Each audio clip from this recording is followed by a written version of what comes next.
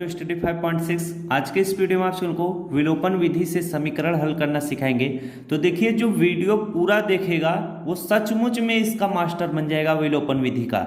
इसमें मैं हर एक टाइप का प्रश्न कराऊंगा, तभी आप समझ पाएंगे कि कौन से प्रश्न किस तरह से सॉल्व किए जाते हैं। जैसे आपको दिया है प्रश्न x + y = 7, 2x - y = 8, विलोपन विधि से इनका मान निकालिए। तो देखिए, आपके दिमाग में आ रहा होगा कब हम माइनस के नीचे प्लस लगाते हैं, कब प्लस के नीचे माइनस लगाते हैं, सारी चीज़ें आपको बताई जाएंगी। इसीलिए मैं बोला हूँ कि अंत तक जरूर देखिएगा।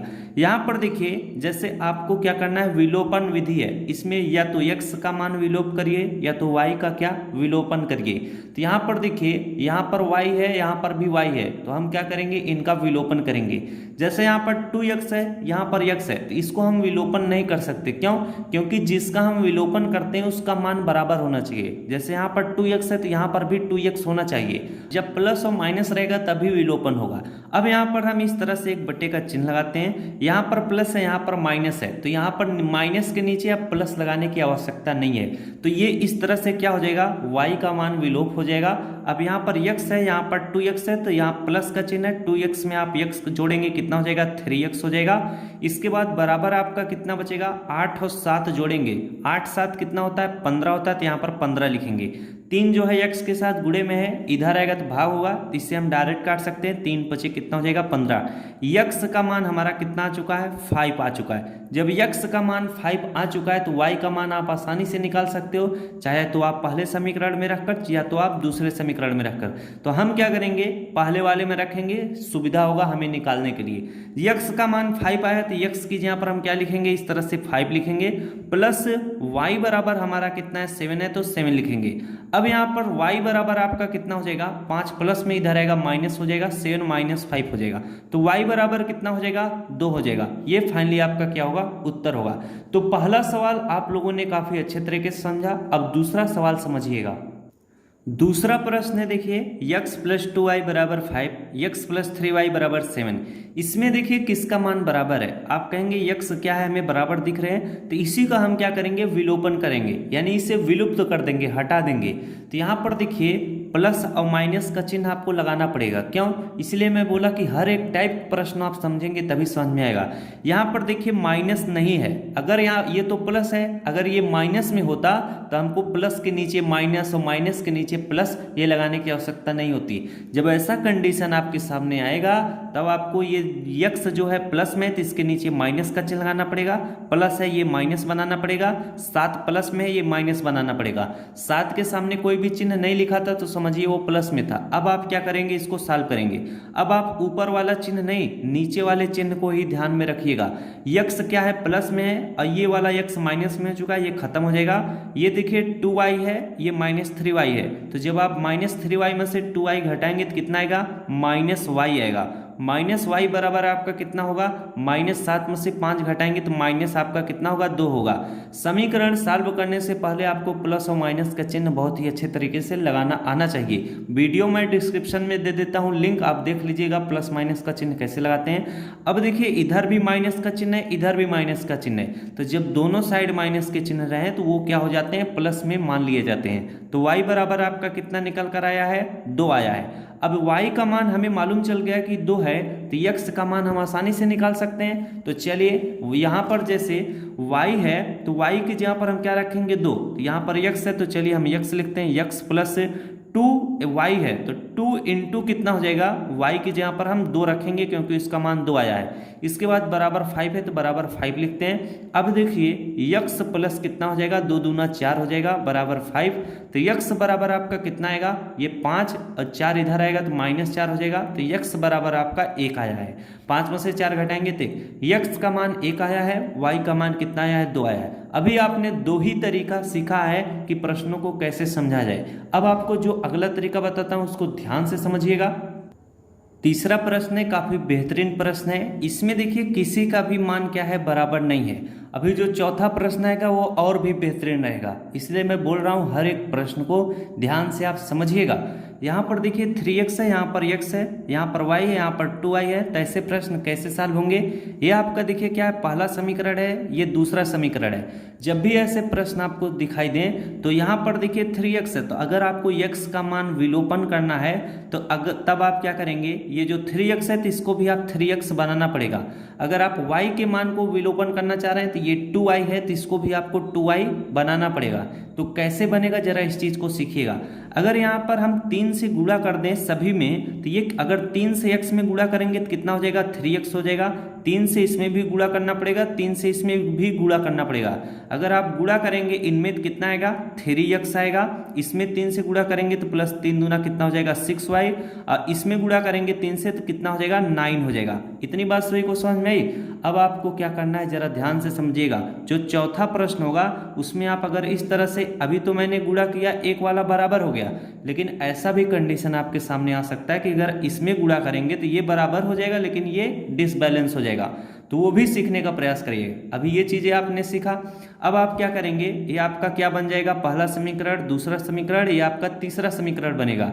अब आपको करना क्या है, जैसे ये 3x है तो इसको यहाँ पर लिख लीजिए, 3x प्लस क्या लिखेंगे, y बराबर क्या, 4 लिखेंगे। अब जो तीसरा समीकरण है इसको घटाइए। अब ये कितना आया था, 3x आया था, 3x लिखेंगे, प्लस 6y आया है, प्लस 6y लिखेंगे। इसके बाद बराबर 9 है तो बराबर हम 9 लिखेंगे। चाहता तो मैं इसी के नीचे लिख देता तो और अच्छा रहता। अब हम क्या करेंगे, इनको सॉल्व करते हैं। जरा इस चीज को ध्यान पूर्वक देखिए। यहाँ पर देखिए कहीं पर आपको माइनस का चिन्ह नहीं दिखाई दे रहा है और x का मान क्या है, बराबर है। तब आप क्या करेंगे, ये 3x है तो इसके नीचे माइनस लाएंगे, प्लस जहां जहां पर प्लस है वहां पर माइनस, और जहां जहां पर माइनस रहता है वहां पर प्लस। तो प्लस है तो यहाँ पर माइनस, प्लस है तो माइनस, 3x से 3x चला जाएगा। अब y बचा है और माइनस 6y। तो देखिए माइनस और प्लस क्या होगा, माइनस होगा, तो 6y में से एक y घटाएंगे तो माइनस कितना आएगा, 5y। माइनस 5y बराबर कितना आएगा, माइनस 9 में से 4 घटाएंगे, माइनस कितना आएगा, 5 आएगा। तो दोनों साइड क्या है, माइनस का चिन्ह है, तो y का मान कितना आएगा जानते हैं, y बराबर आपका आएगा 5 से 5 कट जाएगा तो y का मान कितना आएगा, 1 आएगा। देखिए जब जाता हूं ध्यान से समझिएगा, जैसे y था तो y बराबर कितना था, -5 था, तो -5 लिखते।